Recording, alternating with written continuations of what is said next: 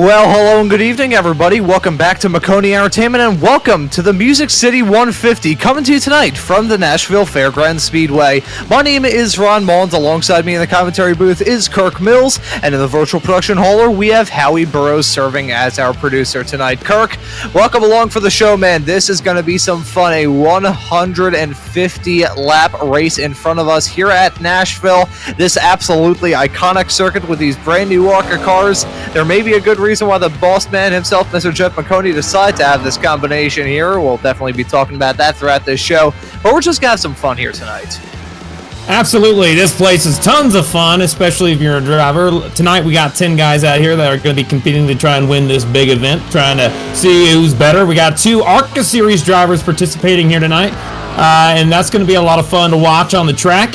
They're out there currently doing qualifying with just a few more minutes left before they complete with that, and then we get out there for 150 good old left turns here. Actually, let's do 300 left turns, 150 laps around here. We'll see how much fun we'll have tonight and who might come out on top. It's going to be a lot of fun. It is going to be a good one around this track, and I mentioned a couple of moments ago how there may be a good rhyme or reason as to why the boss man himself, Mr. Jeff Maconi, decided to pick this combination. If you haven't heard on the other social media pages, either on Maconi Entertainment, Maconi Setup Shop, or the boss man himself's own social pages, he'll be running in the ARCA race in a couple of months here at Nashville in real life. So firstly, we would like to congratulate Jeff on getting that fantastic opportunity, wishing him the best in that race coming up, and saying that could be part of the reason why I decided to go with this combination here tonight. But just because he's doing it for a bit of seat time doesn't mean we aren't going to have a lot of fun. Oh, yeah, it's going to be a blast. And I'm so happy for him. Can you imagine? He gets to live the dream. They get to go out there and drive a real race car around a short track in good old USA. Short track USA, I guess the best way to put it in Nashville. It's going to be a lot of fun for him, and I cannot wait to see how well they do going out there. And sponsorship's still available, so if you're still interested in getting involved in that, I think they said on their X account that there's $100 was the minimum. So you can go talk to them on their X account to go check that out. We're located in Nashville, Tennessee, opened in 1904. Goodness knows that nobody's around from that time. Length is about a half mile. A little over half a mile, 5.96. We're going to have a lovely time. It looks like we got the cars spawning on the grid. Here we go. Let's do that starting lineup we love to do at the beginning of these races. Yeah, let's get that starting grid loaded up here. And it's going to be Larry Pace in the 00 car, setting the pace in that qualifying session, grabbing the pole position. Aaron Smith going to join him on the front row in the number 70 car. Starting on the second row is going to be Jeff Maconi in the number 03 with the 86 on his car. That's the same car that he's going to be running in real life.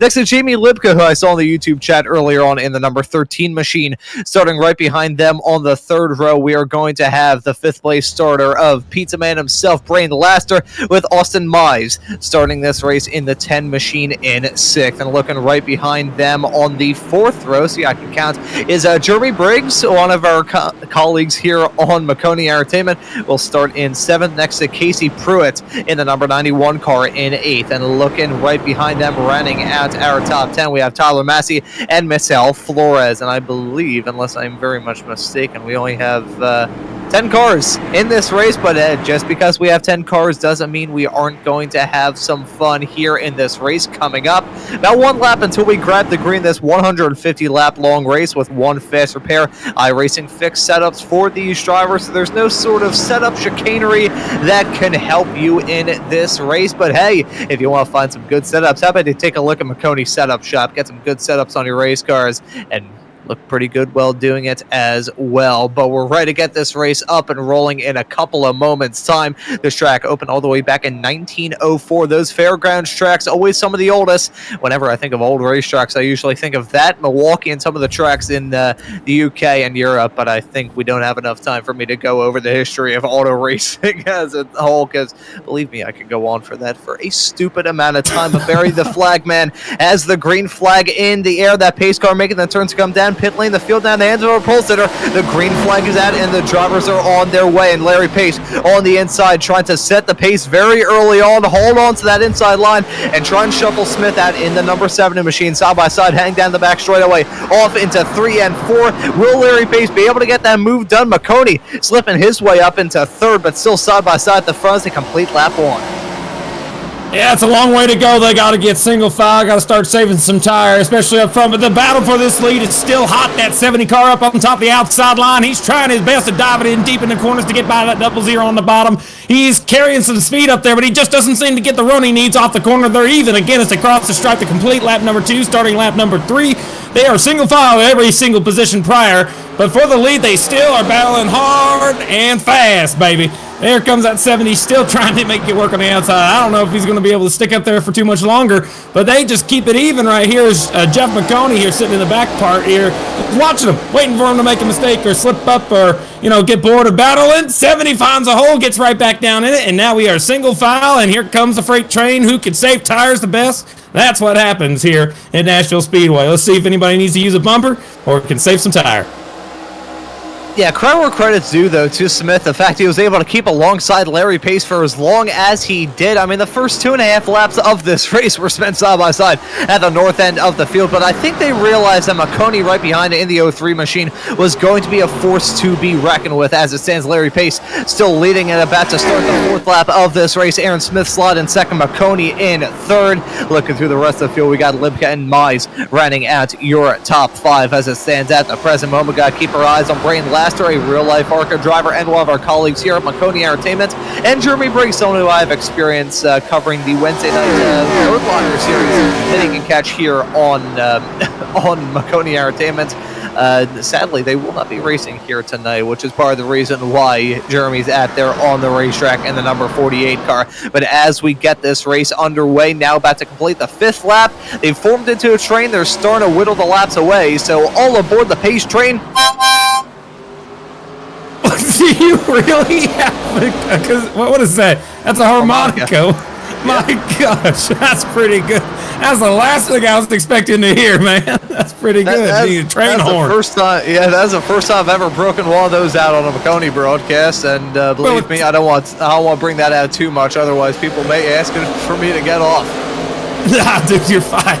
I'll be honest with you, though. I mean, when you're in the seat here, they're not trying to get any points, not trying to get any prizes here. It's all about saying that you're better than everybody else in this race. So you're racing against a lot of great drivers. Of course, one thing that I really enjoy about this particular racetrack is you'll start to see the right front wear out real quick, especially if you're diving it in on the entry of the corners.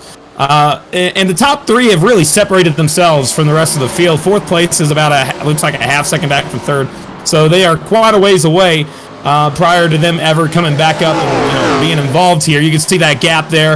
And then everybody else is spread out. We have 2 cars that are just, I don't know what on earth they might be drinking in that car, but they are so far back, you don't even need to think about it. So really it's gotten down to an 8-car race. 3-car for the win, and everybody else is just trying to see what they can do and maybe on strategy. But there's not much you can do with this many cars. Except for using a bumper and, play some bumper tag. Right now, as these guys are up front and they're nose to tail, I'm surprised nobody's trying to make any moves or anything. With nothing on the line, why don't you just come out here and have some fun? You know what I mean? Yeah, you may as well go for the dives in a race like this. We're just out here having a good time. These drivers, they should lick the stamp and set it at some point. Let's see if they do. I mean, we've still got a whole lot of this race left to go, just crossing over to start lap 14 in this 150-lap long race. We have Larry Pace still at the front. Aaron Smith currently slotted in second. A little bit of a gap to find Jeff Maconi in the 03 machine, and then from Maconi, you have to go a little bit farther back to find the driver of the number 13 car. That's Jamie Libko's lost a little bit of pace as of recent, so that's not the best turn of fortune for her. Now about 1.1 seconds between herself and Jeff Maconi, and go a little bit farther back to find Mays in the 10 car. So that may end up being a fight between herself and Mays in the not too far off future, and then you go a little bit farther back to find Brain Laster running a little bit of a train with himself, Briggs, and Pruitt, and then going a little bit farther back from that, you find Macy running in the number 17 machine in 9th, and Flores running at your field as it stands at the present moment. Not the best start for some of the drivers, a little bit farther in the back. But still got a lot of this race left to go, so plenty of time left to try and cut your way back up to the front. Yeah, I mean, I'm not sure exactly what their plan is in the back here. Lassiter, Briggs, these guys. I'm not entirely sure if they're planning on, waiting for the front guys' tires to kill, and then they just get moving. I'm not sure exactly how many extra tire sets. They may have said it at the beginning. Do you know how many tire sets that they might have here to start this thing? I think that's something that we're going to have a look at, see if they have just one set the entire race. That sounds like more realistic than anything. That way you could, it's all about saving tire. You'll have comers and goers with that. But if not, well, we'll see what that will be. It's unlimited tires, so my goodness gracious. Oh, it means that now we just hope nobody wrecks and then we'll stay out there as long as possible. Out of the gate, still top two have pulled away to a substantial lead over Jeffrey Maconi, sitting here about full second ahead of him. That's from second place forward. And they're about to hit lap traffic here in a little bit. We have them on the same straightaway. That's Michelle Flores, who currently Larry Pace is trying to catch back down. The Set 7 car has been hitting the wall every time. It looks like we got a battle on track. Take a look at it here. This is the 91 in the 0. This is the first battle on track in a while. Pruitt making a move on Lassiter. He's going to go down to the bottom. He's trying to make it stick, and it looks like he's going to be able to do that as the 0 is going to tuck in behind the 91, and that will give him up to a new position. That puts him up to, I think that is 7th. So moving up a spot. And this is a rather odd thing to raise. I don't think I've ever raised in my entire time doing iRacing broadcast, which dates back to a tick over 2 years at this point. I saw earlier on Twitter or X or whatever the hell they call it nowadays, Brain Laster was sharing some of his experience of his day job putting small little cages around air conditioning systems in the Indianapolis area. So that's very interesting seeing that sort of stuff going on. Brain and I had some experience covering the NASCAR Road to Pro Series back during last year, and that was always a lot of fun with JP and ourselves during that. Usually I would just let those two guys do their own thing and kind of lay back in the foreground as we see, look, running way wide. That's Michelle Flores, who's not had the best start in the world.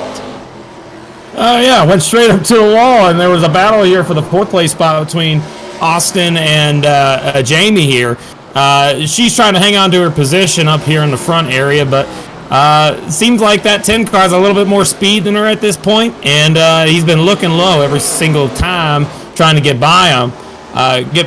But we got a lot of folks out here that are just riding around like we were talking about the 7 car. That's why they got separated for a second, because that guy in the 7 car went all the way up to the wall. And here's a battle again. We were talking about it earlier. It's the 0 car, I think, right here that we're looking at, the 17 and the 0. That's Tyler Massey, and the 6 car, Brayton Lasser, correction, 6 and 17. And that's back here in the back nines here. I mean, I'm not sure exactly what their long-term plan is here. It doesn't seem like they're trying to march to the front or nothing. Oh, my goodness gracious, Brayton, just kill the right front, why don't you? Ow, that hurt. I think that hurt, just slightly. Massey gets by for 8th, though, and now that battle again for Jamie up here in the front, this battle for 4th, it's still not, I think Jamie has a little bit more speed in her, so she kicked it up a gear and has started pulling away from Austin. Yeah, she's kicked on the Cuisinarts to invoke a little bit of Spaceballs terminology. If anyone in the YouTube chat has seen that movie, that's an absolute gem. My older brother gave that to me when he moved out of the house back in 2013. I was 8 when I first saw that movie, and I think seeing that movie in my somewhat formative years definitely changed the person that I grew up to become. So before I start giving any more debriefs about my childhood, I think we'll get back to the racing action and some of the stuff going on out here on the racetrack. I want to raise one thing that I've noticed. Look at some of the sponsor boards on the outside of the track. You can see some of them that are literally just, it says available with a phone number on there. So I wonder if that would work for iRacing, just like call up iRacing being like, hey, it's okay if I could give you guys some money to alter the scan and just put my company's logo there. Obviously, I don't think iRacing would be accommodating to such a thing, but hey, you never know if any companies are at the first off. If you're looking for sponsorship, how about you get in contact with Jeff Maconi so you can be on an ARCA car, or maybe after that you could also get in contact with the people from iRacing and see if you could put your company logo on some of those available for sponsorship boards on the outside of the track. That's the first time I think I've seen that in all of my time on iRacing. I find that a little bit funny. I'm so tempted to grab my cellular device and call that number just to see if it's a real working number. I'm so tempted. I don't think I'm going to do it, though. We got a race to watch. The battle for the lead has really not been very well. The driver in the 00 has legitimately been outpacing the field. Aaron Smith has just been losing time every single lap, and I'm guaranteed he's not a happy camper about it. That time he lost just 6 thousandths, it looks like. So we'll see if he's able to catch back up. It's going to be a while, but this battle here for 4th seems to be the only thing that's actually close to resemblance of what racing looks like on a racetrack.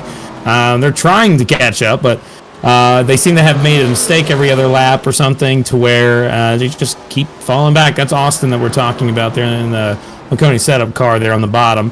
13's running a little higher entry line, dropping down to the bottom to get a better exit, and it seems to be working for her, but still not quite as fast. Eventually, I think these two will be side by side again. We got a little while before I think they're anywhere near side by side, to be honest.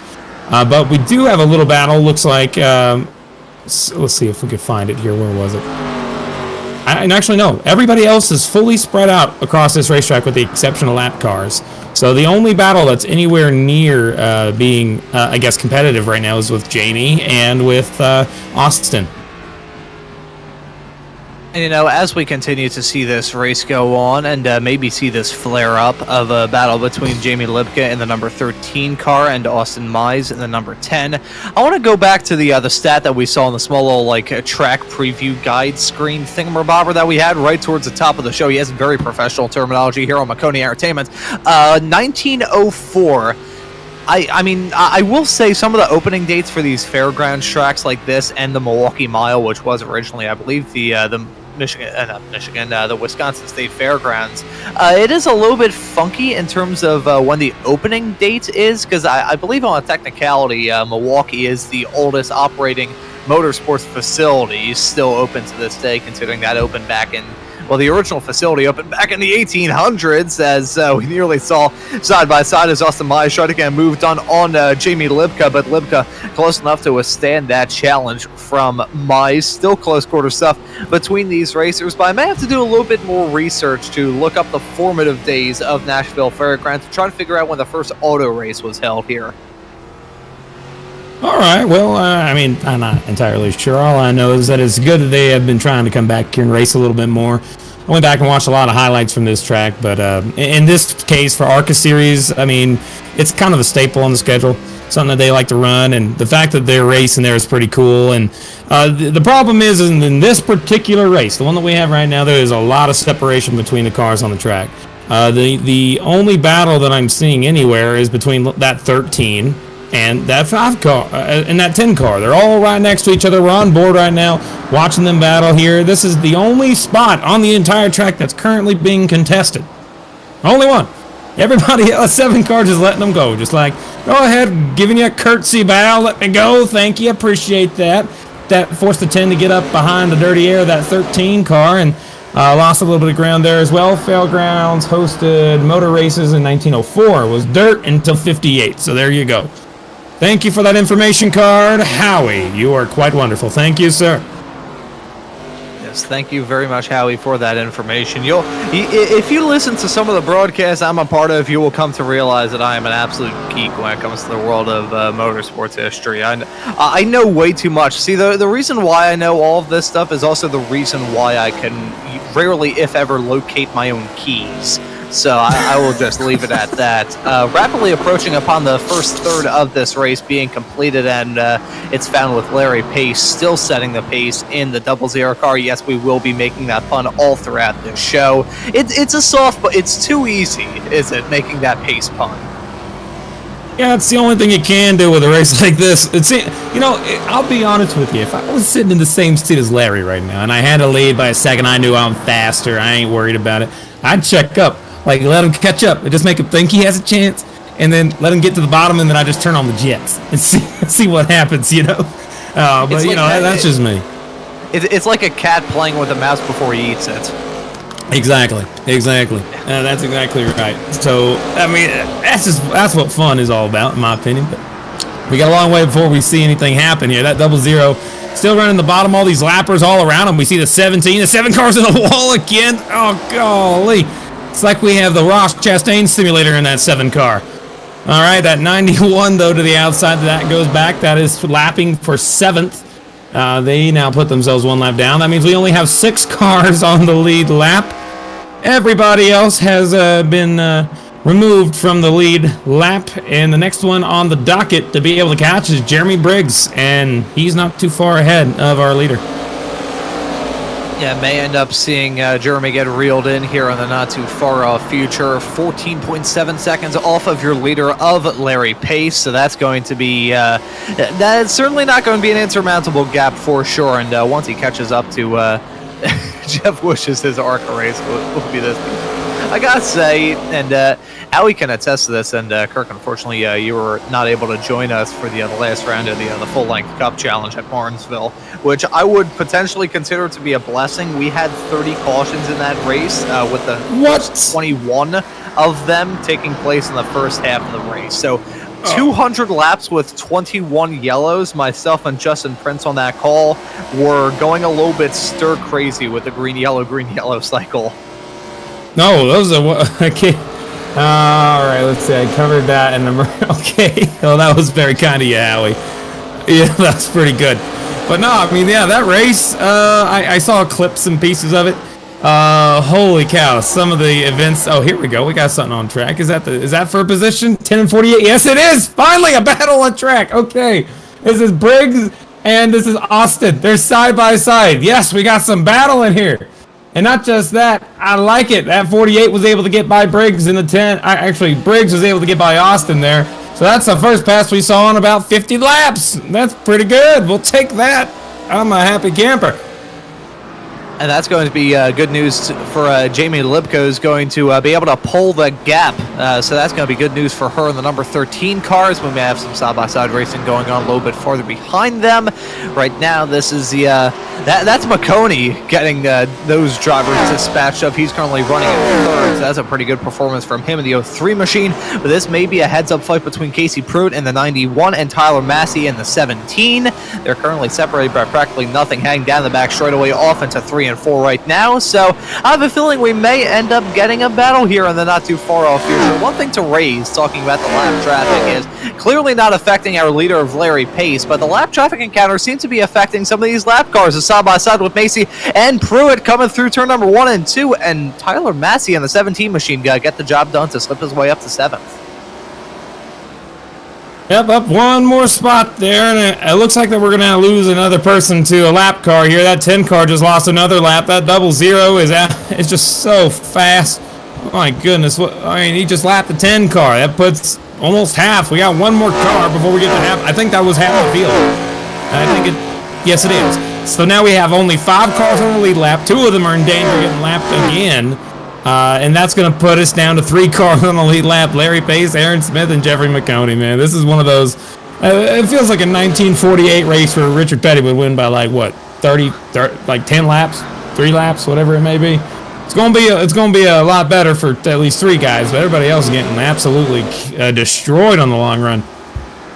I gotta say, honestly, this is the kind of racetrack where you need to be confident in your race car and be confident in your ability to haul the mail around this racetrack to be able to get the most amount of pace out of it. It seems like I'm trying to think of the best way to really sum it up. It seems like an unassuming racetrack. You usually look at it, it's like, okay, fine, it's an oval. But no, this track has a lot of character to it that makes it really tough to drive. That asphalt, a little bit old, gonna act like cheese graters on these tires, and then you also got so many different lines that you could run when you're going side by side, but primarily the bottom lane going to be super important. Just being in a comfort zone is huge for a race like this.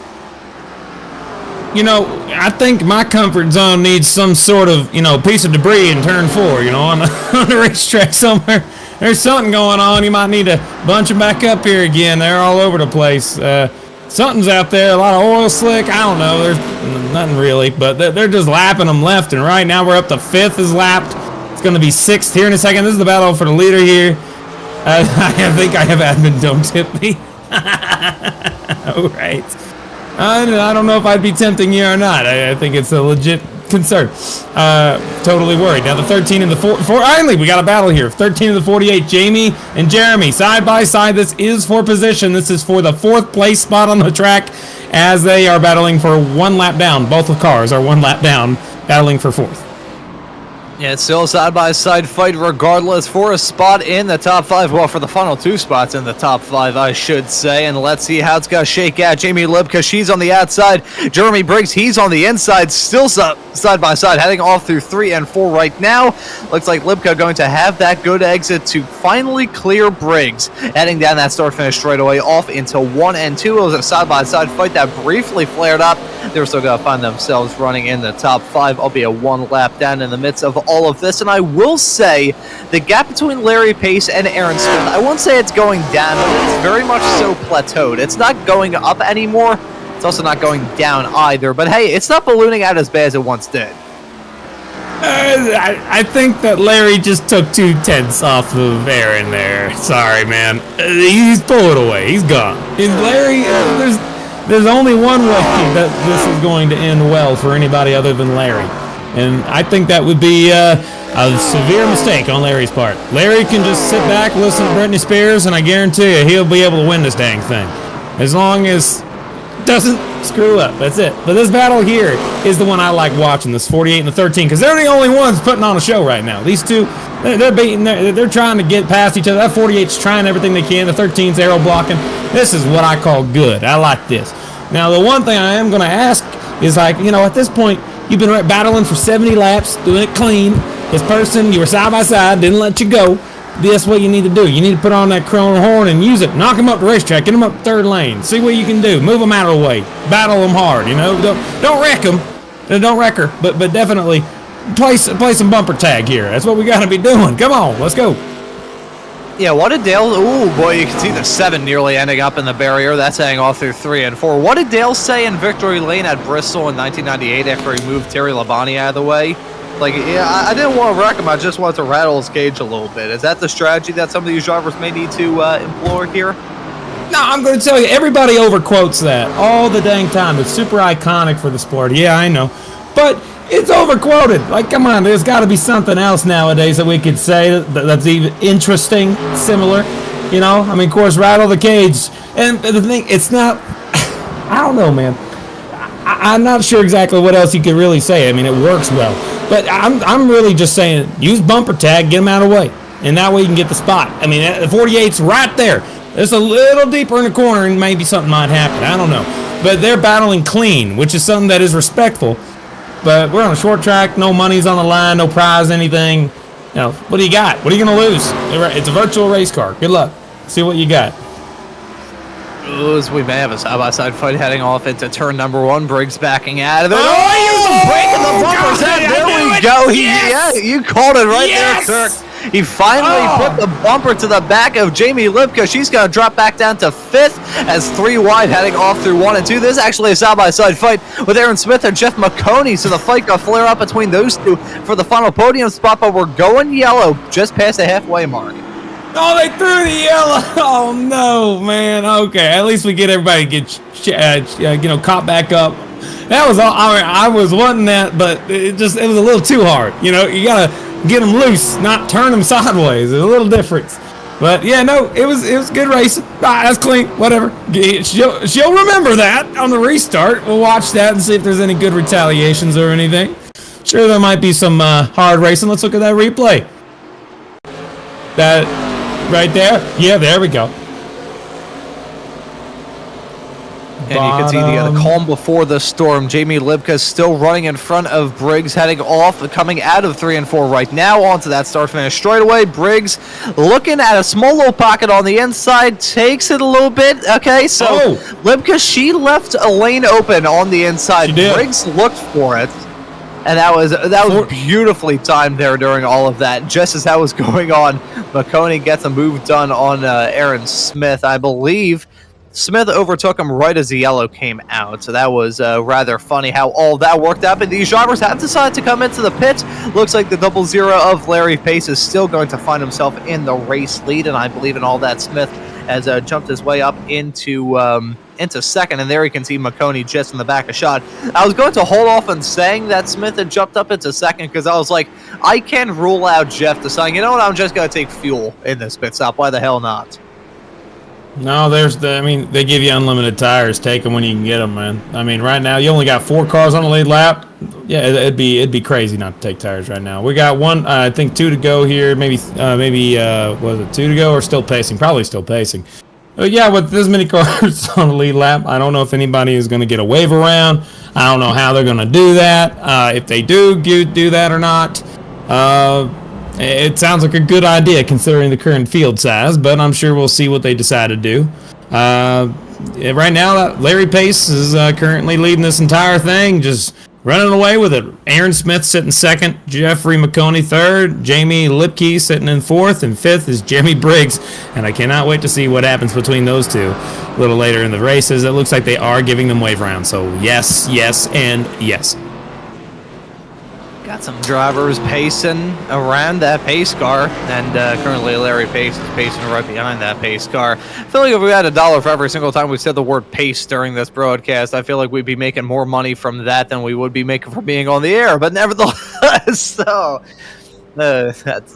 we're gonna wait for a little bit. They were going to be restarting at this time by, however, they have delayed the yellow just so we can get all the drivers as close to being on the lead lap as we can. There are a lot of drivers 1 lap down, but I think we're gonna be basically starting the second half of this race from a clean slate here, Kirk.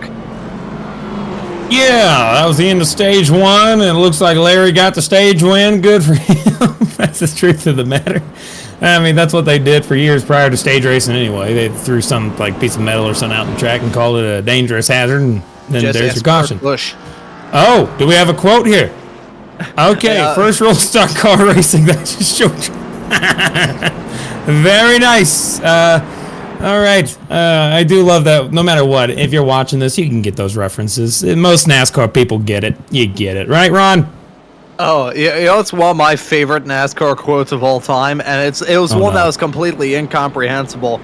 You ever see a video of a back and forth that Kyle Busch and Stephen Wallace had in an Xfinity race in, I think, 2008?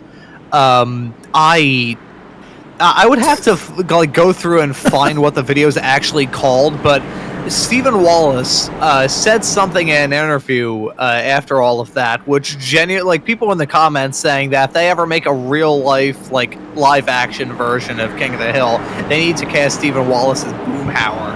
And ever since I saw that clip for the first time a couple of years ago, it has not escaped my head. But I think before we start talking more about Stephen Wallace playing a real-life Boomhauer, let's get this race back underway. The green flag is out. The drivers are on their way. Larry Pace yet again setting the pace on this restart. Smith slotting into second. Jeff Maconi currently running in third at the present moment in the 03 machine. A gap already forming between Jeff Maconi and Jamie Lipka. So Lipka did not have a best restart here and may fall into the crutches soon of Austin Mays and Tyler Massey in the pack right behind.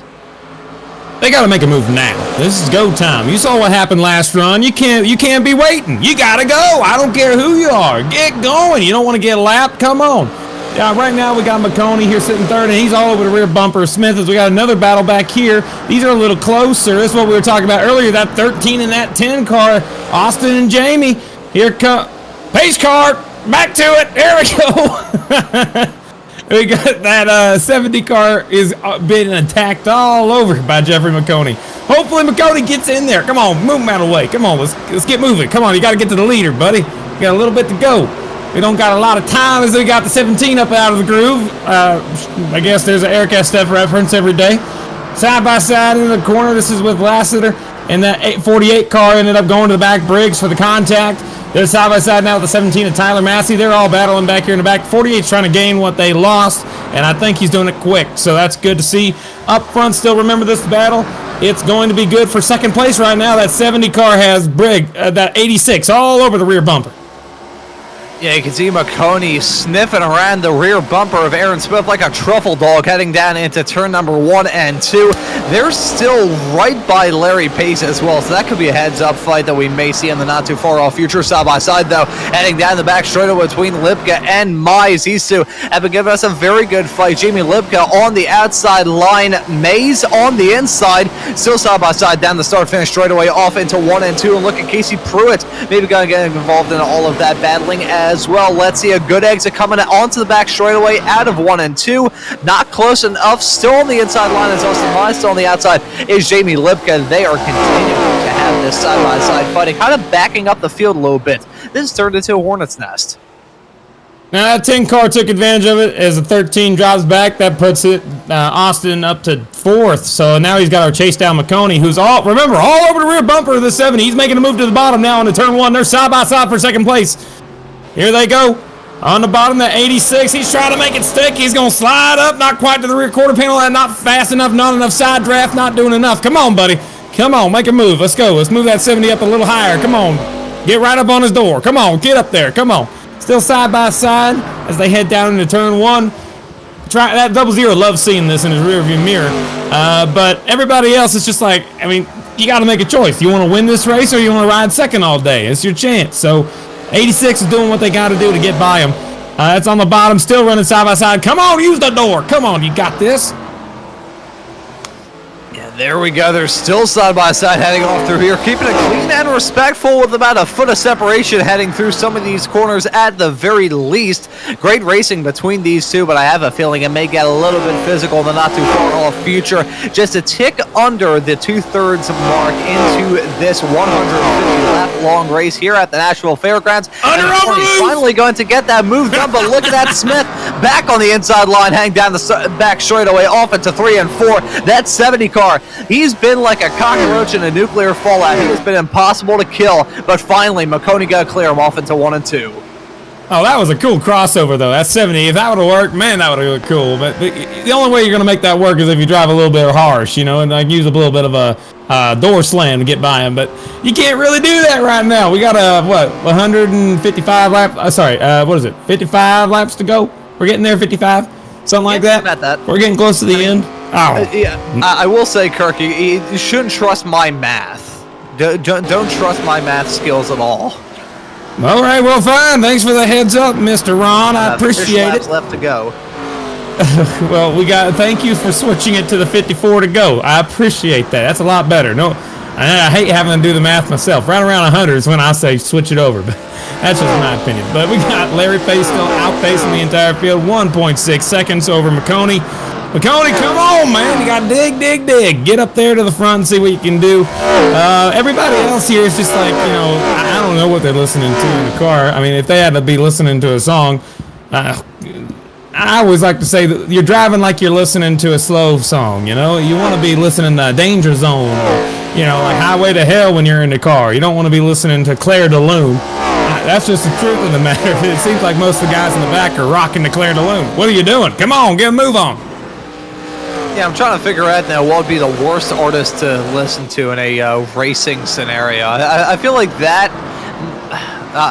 it may be something like Beethoven or something like that. I'm not sure if that would be a great song. Even like Hans Zimmer or something like that, because at least he makes some good songs for movies and stuff like that. That would be pretty all right. I think he's also doing the soundtrack for, did the soundtrack for the Rush movie that came out back in 2013 when they were following Niki Lauda and James Hunt back in the 1996 F1 season. Not 1996, 1976. About 20 years off there. My apologies for that. Trying to gears are turning in my head, trying to figure out what would be the most bizarre artist to listen to while out there on the racetrack. I think. Oh no, would Dolly Parton be? Yeah, that would be. Nicki Minaj. That's the one. Sorry, man. That's the one. Anaconda don't want none. That's that. Do not want to be listening to that in a race car. I'm busy, man. Don't bother me with none of that. That 00 though. I mean, I am really ticked off. I'm like, wow. I wish I had whatever car he had underneath him. He's got himself a set of boots. Problem is, they all have the same car, and he's just destroying the rest of the field today. He's out. He's having a good day. 2.5 second lead over everybody else. Larry just having a good old time. Oh, man, lucky guy being able to drive a race car that good. He probably feels great. He probably wakes up on the right side of the bed in the morning. He's got to be smelling like $1 million. He's got to be doing everything at the end of this race. He's going to just hold on in the final 47 laps. We'll say it's pretty good. We'll have to Chevy just as unbalanced POV. Oh, God, I'm getting bad flashbacks to being on the Bathurst 12-hour broadcast on iRacing about a month ago. Well, 70's driving a Chevy. They're both in Chevys. Yeah, I will say very lucky for these drivers that it's based on a modern day car instead of being based on my 1985 Oldsmobile Cutlass, because my car has a 3.6 liter Buick V6 in that. Well, it's still in the car. Out of the factory back in the 80s, that thing produced 110 horsepower. So the fact it's nearly 40 years old, God knows what horsepower my car is. We got a battle on the track, now. man. I'm so sorry to interrupt. We got a battle. That 70 car has caught Jeffrey Maconi. And that 70 car, I guess Maconi just burned up the right front, and that put the 70 car right by him, and that 70 had a little bit more pace in him than that 86 did. The 86, I don't know if he did that on purpose to let him go. He went up high that time by and just let him go. That's the first. Oh, we have a retirement from the race. Is that Braden Lassiter? I believe it is. So not sure what happened to Braden Laster, but either way, that's going to take him out of contention in this race. He was already running down in 9th, and Mazel Flores is still yet to overtake him, but I think there may have been some sort of extracurricular activity that caused him to go off the circuit as we got to replay actually to see the side-by-side racing and the flaring up of the battle between Aaron Smith and Jeff Maconi. Let's see it coming at 3 and 4. There's still nose to tail. Down that start-finish straightaway. The 70 car licking the stamp, setting it on the inside. Maconi, I gotta say, I think he may have just decided to pick his battles and let him by. Yeah, he did. I think he's just waiting for the right moment to be able to fight a little bit harder, but what I will say is the onboard right now for Braden Lassiter, let's take a look and see what happened to him. He just came down the back straightaway, looks fine, doesn't look like any problems quite yet. And right in the bottom, yeah, he just came down pit lane, that's what it was. But if you go to his live shot right now and you look at his in car, it looks like he's kind of having like a spasm going on. If you look at it, it's kind of funny to look at. His front wheels are just shaking back and forth constantly. That's a little odd, but the battle here for 48 and the 17, that's for 6th place. That's the closest battle I believe we have on the racetrack right now. See, I've never heard the shake and bake heading down pit lane, so I guess, hey, the more you know. And in a race like this, I think looking actually, Brain along with Jeff and Jeremy are all here in the Maconi Entertainment Discord server, and I can see that Brain's actually on Def and here in Discord, so something must have gone on with him, that or he's maybe taking a quick trip to the restroom or something like that. I would wonder what kind of honey buckets they have on the inside of the Nashville Fairgrounds Speedway. I've never been here in real life, but who knows, maybe I'll have to come here just to see how the high quality of the porta potties are here. Battle, let's see, we had the 7 car get lapped again. 17 and 48, that's what we were looking at. Jeremy Briggs, this is it. That 17 has been trying to get by him for, it seems like a century, and hasn't been able to get it done. Makes me think that, maybe a brake failure might be beneficial just to see what happens. He's going to go a little wider, try to get a better exit here, go cut it down. Try to get a good run on the exit. It's so hard to gain a run at this track. It's just so difficult to be able to make up some time, especially in the fixed setup. The fixed setup's just a tight mess. It's a pain in the neck to drive. Nobody really spins out due to it being loose. It's just extremely bad on the right front tire. And there's no real battling going on anywhere else on this racetrack. The battle for second is still separated by about 5/10, not too far. But the 48 here, this is the only thing we have going. And this is the complete lap, I think. What are we on? About 34 laps to go? So we're going to get down to the end of this. And it looks like unless something crazy happens, it would be surprising to see anyone but Larry somehow stick this out for a win. And just had a visit from the fact-checking committee here in the broadcast booth. My dad walked up into my room and said, "Hey, your car is a 3.8-liter V6 engine, not 3.6. So my apologies there for the 0.2 of a liter discrepancy. So anyways, getting back to the subject of the racing action, still have that battle maybe got flare up between Briggs and Massey, about 3.5 of a second between those two racers. And he also got... look a little bit farther in the back. You got Casey Pruitt involved in all that as well. And the number 91 machine may see that driver get involved in that action as well. Jamie Lipka is a little bit farther removed from this situation. Finds herself in 5th at the moment with a rather large gap between herself and Jeremy Briggs for 5th and 6th respectively. But right now, as we're following on the cameras with about 30 laps left to go in this race, Briggs overshooting it a little bit through 3 and 4, and Massey mega sideways heading onto the start finish straightaway to try and muscle his way past the 48.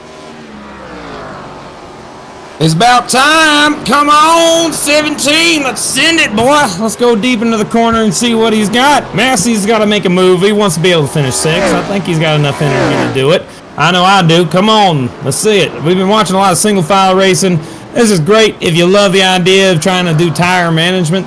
But then again, right here, we have an information here. 8 wall contacts, testament to the understeer of this set. That is 100% accurate. Like I said, they moved him up the hill. Here we go. He put him in the wall. That's what I want to see. Come on.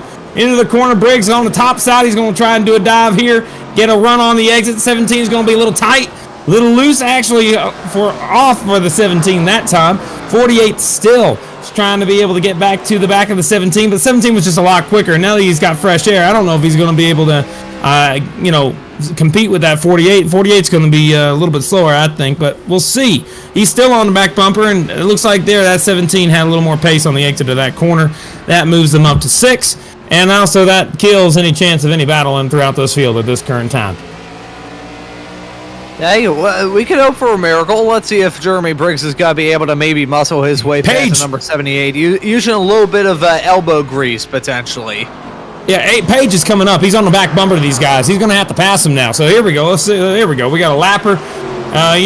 There's an old YouTube video that you'd always see on YouTube, which is those darn lappers, but we use the other terminology. It looks like he's going to get about a 48 just fine. 48's willing to cut him a break and just say, yeah, I understand. I ain't too as fast as you. Go ahead. I respect that. But now he's going to be able to go catch that 17. And that 48 just slammed the wall again. So two wall contacts for the 48 after that particular pass. So it's been a while. And they're just continuing to have tight race cars, and there's not much you can do in terms of keeping it all together. It seems like the pace of everybody in this field is so spread out. Everybody's on different levels. I gotta say one thing in reference to the front wheels on that car. It looks like one of your wheels is out of alignment. You may have less grip out there. Yeah, that is definitely the case for Jeremy Briggs, the number 48 car.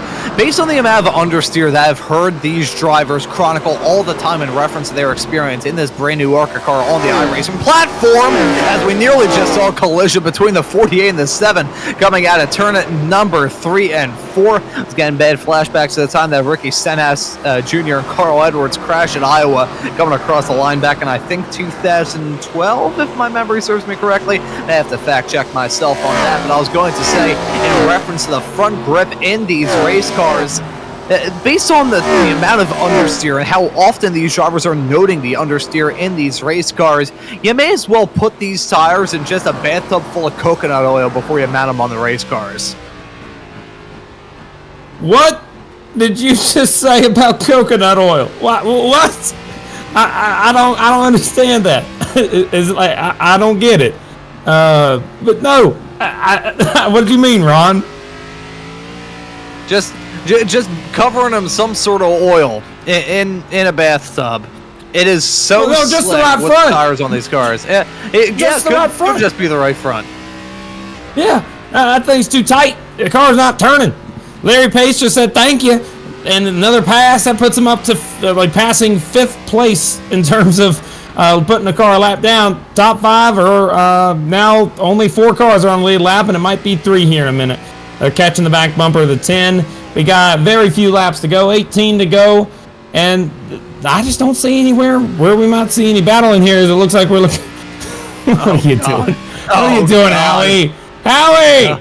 What are you doing? I thought we were about to get a biology lesson there. Oh, God. No, I thought you were about to poke my eye out. What are you doing? Ow. You'll shoot your eye I swear out. I saw his pores. I swear I saw his pores in there.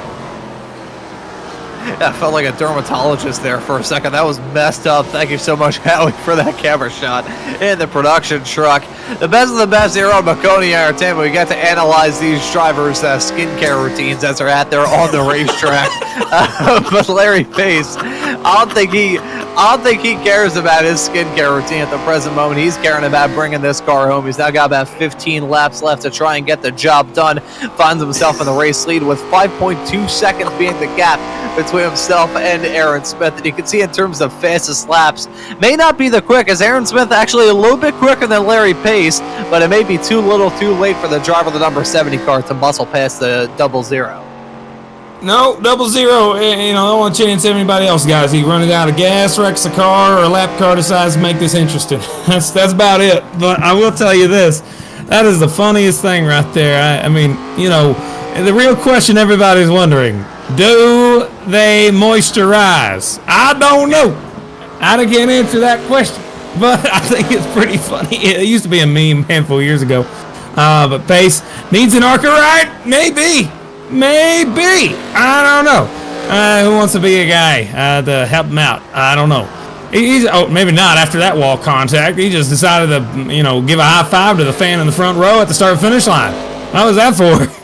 Hang on to the car, buddy. You got 12 laps to go. Don't need to hit nothing. You know, that reminds me, back when I was still in my karting days, we used to have a photographer at the events I used to run in, and occasionally what I would do on a run where I knew I wasn't going to go quick and really didn't need to go quick, because I'd usually be a little bit farther up towards the front, I would just give a thumbs up or a wave to the camera guy, and they always seem to get a kick out of that, because most of the times that people would give a hand gesture to the camera guy. Oh, here we go. Wow, okay. Field of view adjustment. To go.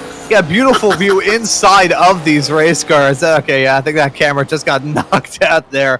Oh boy, what are we gonna get a view of next? Are we gonna get a view inside the engine compartment of these race cars? Maybe in the fuel tank potentially. See which one of these cars is actually filled with gas. In Larry Pace's case, it's probably filled with rocket fuel. And the case of Braden Lasser's at this race, I think that car may have been filled up with milk. No, it's pizza sauce. Come on, you know better. Oh, yeah, there we go. He's fueled by pizza sauce. Don't worry about it. What is happening? What are we looking at right now? Okay, we are seeing the inside. This is. I feel like I'm in a prostate exam. This ain't good. Get out of here. What are we doing? What the heck? That was beautiful. Beautiful view inside the fuel tank. I don't think we can see what actually was in there. Oh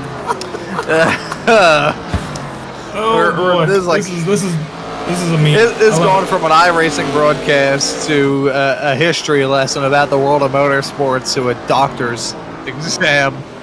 This is. But I'm not really sure what to say about all the stuff that's going on here at the present moment. We got 6 laps left to go. We're following Jeff Maconi and the 03 car. Incredible credits due to Jeff for not only putting together this event, making this broadcast possible, and also getting a little bit of seat time here at Nashville. I wonder if he's like going through like some sort of like long weather forecast app or something. I'm sure you can find anything on the internet. No, don't complete that sentence. But Jeff Maconi, I wonder if he's trying to find like as like realistic of a situation as he can find himself in terms of that ARCA race, trying to get some good seat time. He keeps sliding the right rear off. Look, he goes in the corner. He's sliding that thing. Look, he's trying to drift the dang car. It looks like right here. He's just turning the car loose. He's all over the place, bouncing around, just going crazy. Man, come on, hang on to the thing. We got 3 laps to go. You got a top 3 spot. Be happy about it. Come on, man. I do got to mention, though, there's just a different zip code Larry Pace is currently running in. He's way ahead of these guys. He's already lapped most of the field up to 4th, and there's only 3 cars on the lead lap with 2 to go. You know what would be nice? A caution right now. That'd be it right there. But it ain't going to happen. I don't think it's going to happen. We need something pretty crazy. As Larry Pace is going to come across the line to get the 1 lap to go mark here in a moment now. That might be it. And we're on the white flag lap.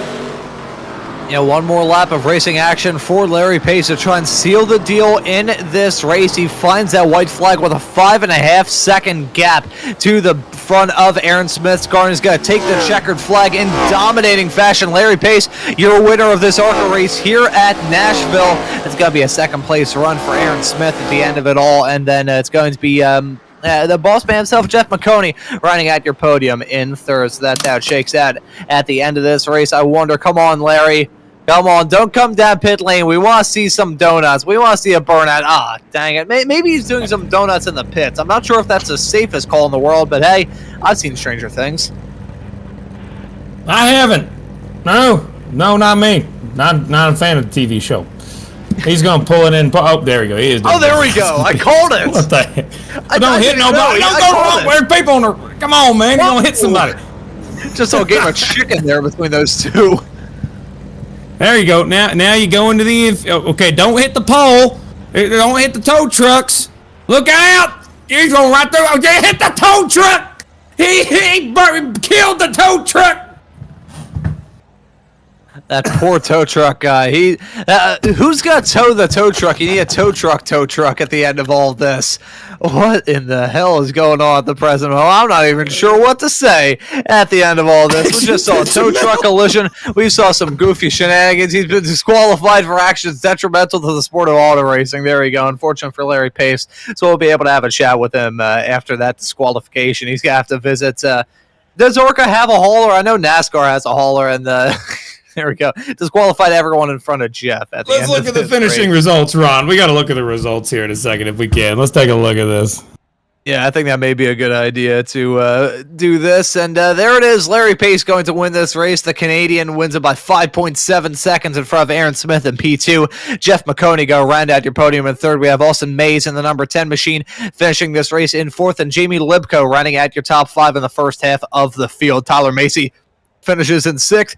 Jeremy Briggs in seventh. Casey Pruitt, as I get the hiccups at the worst possible time, will be classed in eighth at the end of all of this. Marcel Flores is classed 13 laps down after a rather rough go of things in this race, with Brain Laster finishing 50 laps down in P10. So that's how it shakes out in terms of the results at the end of 150 laps of racing action. McKirk, we got a race winner waiting up there in the interview waiting area. Want to drag him in to have a chat?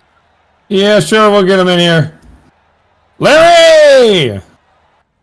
Hello. Hey, congratulations. You won the race, 150 laps. You don't win any money, don't win any points, but you win the hearts of America. How do you feel? That's pretty good coming from Canada. Well, wow, that's a good one. That's pretty good rebound. Didn't know that was a good one. So, out of curiosity, how on earth did you beat the heck out of everybody else? The first run, I just kind of took it easy for about 15 laps and then decided to see how hard I could push to kind of experiment for the next run. And there wasn't a lot of fall off. I didn't really notice a big tire fall off until we were about 50 laps in. So Aaron hung with me that first run until we get into lap traffic. And I don't know if he took fuel on the second run or something happened. It didn't seem like he was as quick in the second run. So I just went for it from the drop of the green. It was a little shorter run. And ended up netting out a little bigger lead at the end there. Yeah, you had 5 seconds on everybody, man. You had a great day. That caution doesn't come out, you might have lapped the whole field. Congrats to you on a win. Is there anybody you want to give a shout out to? Well, thanks very much. Just Maconi. Good luck to Jeff. I was happy to come in here and help him get some reps for his real deal there. It's always fun to come in and get some extra laps for myself too, try to figure this new car out a little bit more on the short tracks. That's it. Thanks everybody at Maconi. Thank you guys. Thanks, Larry. We had a good time watching. It was a little entertaining here and there. So good job on dominating, kicking some tail, and getting a win tonight. Good job. Thank you. All right, now we're going to head over and talk to Aaron Smith here. He's with Ron. Aaron, go ahead. Yep, we got Aaron Smith here in the commentary booth. Aaron, welcome in, and well done on the P2 result here at Nashville. How about you talk us through that race? Well, I'll tell you what, I was not expecting to do that well. At tracks like these, I've historically had a lot of problems, like Nashville, Dover, Milwaukee, like tracks where you have to rely on a diamond to make your way through the corner over the course of the entire race. I just haven't been able to find that balance and not running the right front off. And I feel like this car is a lot easier to get by with that, but I was messing up the right rear as a result, and I think that might have been the difference there, but Larry was far and ahead the best driver all night. Yeah, it looked like a pretty dominating performance from him, but credit's due at the very start of the race. The fact you're able to keep him honest for the first couple of laps, and just overall well done on being the only driver who could really get the closest to keeping pace with him all throughout this race. I want to ask you about your thoughts on this brand new ARCA car here for the season. Yeah, there doesn't seem to be as much nuance with this one as the old one. Like, you can get away with pointing and shooting it through the corners, and you can maintain that pace for a lot longer without the tires dying. But if you want to be fast, you still have to get it perfect, and that's something that I'm still missing out on. In the next few weeks over the official schedule, I should be able to get some more development in that regard. Now, I want to ask you about your experience running in this car outside of this series, where people can catch you after this race. Oh man, I don't have my spreadsheet up right now. I'm not in. Actually, yeah, I do. Hold on. I have the Winston ARCA series in a couple nights. I don't only run this car. I haven't actually done a proper oval race in this car since it came out until tonight. So glad I can get that experience in. But I have the Champ Car iRacing series tomorrow, and oh wait, that's tonight. Disregard. Looking at the wrong date. But the FDF Cup series, Major series, Area Truck series. Got a whole bunch of things coming up. So if anyone out there wants to tune in, you're more than welcome. Awesome, man. Well, here we go, man. And I'll ask you one quick question before we wrap things up and let you go celebrate that P2 result. Is there anybody you want to give a thanks to or shout out? Certainly. I'd like to thank the folks at Maconi Entertainment for putting this show on and wish a good luck to Jeff for his ARCA debut. I'd like to thank y'all for broadcasting, as well as the folks at PT Autosport and the Momentum Brewery for their support as well. And all the folks for watching. It's always a blast. Awesome, man. Hey, thank you for the kind words. Thank you for joining us here in the broadcast booth, and excited to have a chat with you wherever it is in the not too far off future, man. Thank you for joining us. 10-4. Thank you. And that right there was Aaron Smith, your P2 finisher. And Kirk, I'll let you take the boss man himself and our P3 finisher, Mr. Jeff Maconi. Hey, Jeff. Hey, you got third. You got a podium. How you feeling? I'm tired, man. That 150 laps is no joke, and it's not going to be any easier in a month. But I'm very grateful to everyone that came out, and because I've just been running AI races, and this is a whole hell of a lot more fun. I agree. ARCA AI, it's not quite there yet. They'll get there one day, but not quite helping you too much right now. Hey, out of curiosity, man, you made that cool move on the 70. He tried to make an under-over move on you. You cut him off, did a great job. Was that a fun thing for you to get involved in, racing with that 70 car? Oh, that was a blast. I am shocked that I even was able to hang with Aaron at all. He and Larry Pace, just anytime I load into a race with them, they blow my doors off. They are quite honestly, two of the best drivers on the service. And when their specialty is the ARCA car, it's tough for me to hold a candle to them. So for me to even be able to battle with them for a couple laps was a ton of fun. I think part of it is, like I said, I've been turning laps here like crazy. That's probably why I had any sort of chance. But the fact that I was able to was really, really cool. And then, 15 laps later, he blew my doors right back off, and I was about a second to 2 seconds behind him the rest of the run, but it was fun. I loved it. Well, I tell you what, we're all looking forward to you going out there and actually racing here at the real life track here in a month. And I'm so excited for you. I cannot believe it that we got ourselves an ARCA driver that's going to be running this here community. So I love it. And I got to ask you, what's your number one fear about racing at Nashville? Number one fear. That I pay my own crash clause. That scares the hell out of me.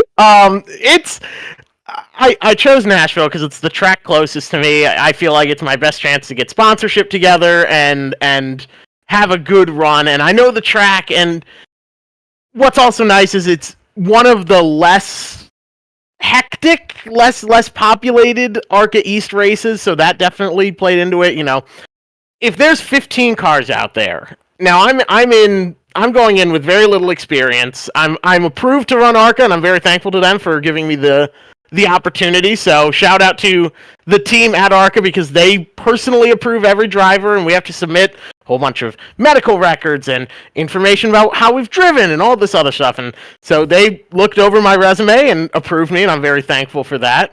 I did a test a couple weeks ago. I felt really, really good on track. But even in a car that's realistically about a 10th of, or maybe a 50th of the cost of like some of the Gibbs and Venturini cars, I feel like we can go out and have a good day for the team. There's obviously a big disparity between the top level ARCA teams and the garage teams that are literally building these cars out of their garage. So my goal as a driver is to go out and get the best finish possible. And I think there'll probably be 15 cars there. We've got a list of cars that we feel like we should be competing with. There's the guys we know that are going to beat us. But we've got, 4 or 5 cars that we think we can contend with. Even with a driver like me, that we can go and contend with. And so I'm excited about that, but Nashville can also get hectic. There's the big pothole off of turn 2. And so my biggest fear is getting caught up in someone else's mess, and if that happens, it happens. But hopefully I can keep the car clean. I agree, man. We're hoping that you keep that car nice and green and clean. Now, the last thing I'm going to ask you about this is, you just raced 150 laps around this track. Have you already put any real-life laps on Nashville Fairground Speedway? And is it anywhere near the same in the ARCA car? Does it feel anywhere near identical or similar at all, in your opinion? I have not turned laps on the real-world Nashville Fairground Speedway. However, I've worked the pits for it for many races, especially the pro late models that run there. I've watched a lot of the ARCA races there in person. I've been going back and watching the, old footage and everything. So I'm studying up as much as I can. But I will say the track that I tested at a couple weeks ago was called Grundy County Speedway, and it's most similar to Lanier. It's sort of like it feels like Langley in that it feels very flat, but it has the banking of Lanier. And so when I was practicing for that test, I ran Lanier, and when I actually got there, it felt pretty similar. I feel like the weight of the car is spot on. Like, where I thought I would have to brake based on my iRacing knowledge is where I did have to brake in the real car. And so there's obviously some differences. The scans of these cars are from like the top level ARCA teams. I think it's a Rev Racing car, maybe. I'm not entirely sure. I think one of them is a Rev Racing car, but I could be dead wrong. So there's a big difference between like those cars and the cars built in the garages, like a club car is. And so it definitely felt familiar, but it's sort of like, I'd compare it jeans to sweatpants. They are both pants. You know how both of them work. It's just they feel different, and even though they're both covering the same part. It's kind of a strange analogy, but I think that's the best way that I can put it. It's like iRacing is sweatpants in that it's comfortable, it's easy to get in and out of, and then the real car is like jeans. It's more practical, a little more durable, and it's a bit more complex, I would say. That's probably a pretty stupid analogy, but the best I got for it. No, it's not a dumb analogy at all. I think it's actually just fine. I do like the way you put it. I was just always curious. Anytime I get a chance to talk to a real-life driver, we got to make sure we ask that question. I always like to put that out there. All right, final question for you. Have anybody you'd like to shout out, thank for, or anything like that? Oh, man, huge thank you to everyone that came out. This was sort of put together really quickly, and there's no prizes. It was, in a sense, very selfish of me to put this together, in that I just got tired of running AI races, and I was like, I need something else. I need live challenge to see where I stack up. Because if I just crank the AI to 125%, for anyone that's watching, go and run the stock setup exactly like it is, change the steering ratio, brake bias, whatever, and crank the AI to 125%. I get lapped every 17 laps, and I'm busting my butt, and it's like every 17 laps I get lapped. So I'm very curious on how other people stack up.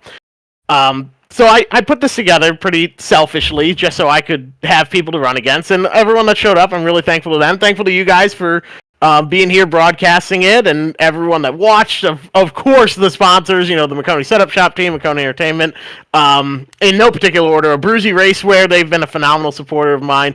4K Motorsports, I owe them so much. I'm really thankful to Casey. He came out and raced. I love those guys. Huge thank you to them. Big Fish Barbecue, the best barbecue sauce that I have ever had. It is genuinely so good, and we just launched the website. I built that website for them. That was a side project of mine. So be sure to check that out and order some of your own. It's very, very, very good. Movember, I'm always thankful to them. I get to do a lot of cool stuff with them. So thank you to them as well. And everyone that watched and was here, I am very grateful. And I'm done rambling, I promise. Not a rambler at all. I didn't think so. You said everything you needed to say, and that's all that we got to say. So thank you so much, Jeff. I'll talk to you a little bit after the broadcast. Pleasure. And you want me to drag you up to Maconi Esports chat up there, or where'd you like to go? I will jump up and jump back in with Jeremy Briggs, but I appreciate All you right. guys. Have a good one. You do the same. We'll see you next time. And that will do it for us here at Maconi Entertainment. Ron, take it away. Yep, that it certainly will. A night of racing action, a night of the boss man himself getting some good experience for that real-life racing adventure. If you want to stay up to date of all the racing adventures here on Maconi Entertainment, how about you hit that subscribe button and the notification bell so you never miss out on any of the racing action. But as for this broadcast tonight here on Maconi Entertainment, that will just about do it. So for myself, Ron Mullins, Kirk Mills joining me in the commentary booth, and Howie Burrows doing a wonderful job working on the cameras in the virtual production hauler, I say thank you all so very much for watching this broadcast on Maconi Entertainment this evening. I hope to see you all wherever it is in the not-too-distant future.